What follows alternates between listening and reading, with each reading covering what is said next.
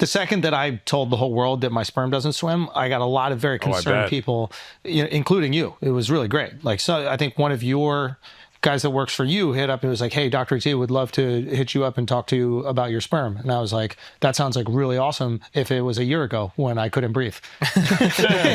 But no, this is great. And then you sent me this like awesome podcast, which is out now with Dr. What was his name?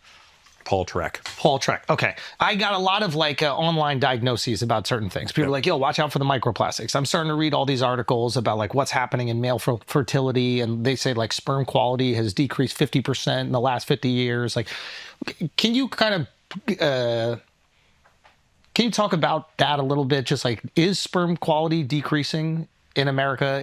Are we just testing it better? You know, what is happening with microplastic? Does that affect it? What do you think affected mine? So I think that there are so many things going on, and it's impossible to say which one or two or three are driving it. It's kind of like the U.S. healthcare system. You know, when someone says, why does the U.S. spend more than twice what any other country spends? I'm like, how much time do you have? Because I'm going to have to explain the entire system. I won't do that here on the sperm issue, but it's a lot of things, right? So as males are getting older at the time of wanting to reproduce, age is driving down quality. But at what age? I was told that doesn't happen until we're like 60. No, I mean, at 50, you fall off a cliff from the standpoint of the quality of the sperm. Got it.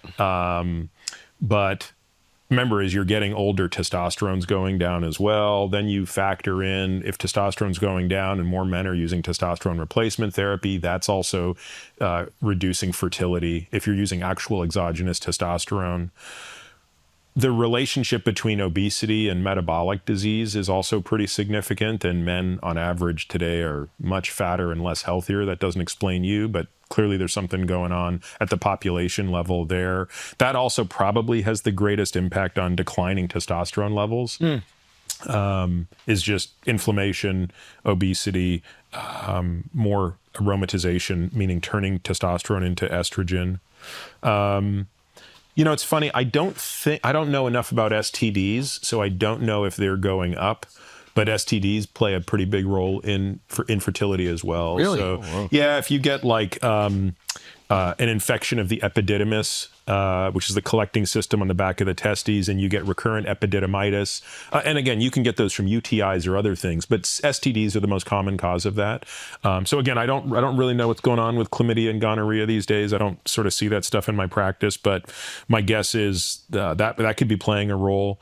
So I think it's probably a death by 1,000 cuts. I don't think there's a smoking gun. Do microplastics play a role? Yeah, it's possible. What would they do? I read some reports saying they found microplastics in sperm samples. Yeah, I mean, maybe. I don't know that by itself is a smoking gun here. You know, you can find microplastics in many things, and I don't know if it's causally driving the problem that you're seeing. That said, all things equal, I'd probably prefer not to see microplastics in sperm than to see them, especially as we talk about in that podcast. I mean, the process is so... it's so hard to believe it actually happens. Can you break down the process of impregnating a woman? Yeah, I mean, I think Paul does a much better job, but the gist of it is that, you know, when a guy ejaculates, 100,000 sperm come shooting. 100 million. 100 million sperm, thank you, go shooting into the vagina. And you said it best, right? It's like wave after wave of soldier just getting destroyed. And finally, as the acidity of that environment and the harshness of that environment, a few of them manage to get through. And then they're in the uterus, and then they've got this whole other challenge because they have to eventually make their way up the fallopian tube. But the punchline is like only about 100 of the 100 million make their way to the egg. How insane is that? Yeah. So 100 million start, 100 end up going there. I think it was like 100 million by the time, because the pH in the vagina is like quite acidic. Yes, very low. So I think it narrows it down to 5 million. And then going through the fallopian tubes, you're down to 100 sperm. That's your chance every time you do it. And they have to swim, and we were talking about this before the podcast, a sperm, in order to get from the vagina to the egg, has to swim the equivalent size-wise of us swimming 20 miles. Catalina. Yeah, so you think of the energy requirement of that little flagellar tail on the back of a sperm. Oh, that was cool too. Yeah. About how like each one has a limited amount of fuel, essentially. Yep. So each sperm has the fuel and it's used to get to the egg. And after that, there's no One way. reserve. Yeah. One way. That's it. So it's a rocket. Yeah. That's mean- wild. Now, is it the first sperm to reach the egg, or does the egg have any selection process? So interesting. So once you now get down to that group that are getting to the sperm, up to the egg, it's the first one that gets embedded that actually triggers this incredible electrical system, like a force field forms around the egg, and no other sperm can get in. And the reason that's so important is you would create what's called aneuploidy, where you have multiple copies of chromosomes if you do this, and that would be catastrophic. So that to me is my favorite part of that, is there's this whole calcium channel that like flips a switch. The second it embeds. The second, like the millisecond that first sperm makes contact, it's just a whoosh, and then away it goes. But how crazy is it that like your fastest, quote unquote, I don't know if they're the best, but the first few lines, we're talking about 95 million. Your 95 million best sperm get axed the second they touch the shore. Wow. Right? So the last 5 million who are just like chilling, hanging out, like watching to see what went on are the only ones that end up getting there. So is there an argument that if you were to select sperm, like in vitro or something like that those might be potentially part of the first wave? Such a great question, but of course, right? So I guess the question is, are the first ones that get out stochastically determined to be the first ones out, or is there a selection benefit to being the first one out? If there's a selection benefit to being the first one out, then it means IVF is probably altering that mix, because IVF would be just picking randomly. If there's no survival reason why those first ones are out and the 5 million are at the back, then it probably wouldn't matter. Okay, that's what you would hope. Yeah. Because they do like sperm cleaning is what they call, where they essentially look for like the healthiest versions, and they'll take them and plant them. But God forbid if they weren't like supposed to be there.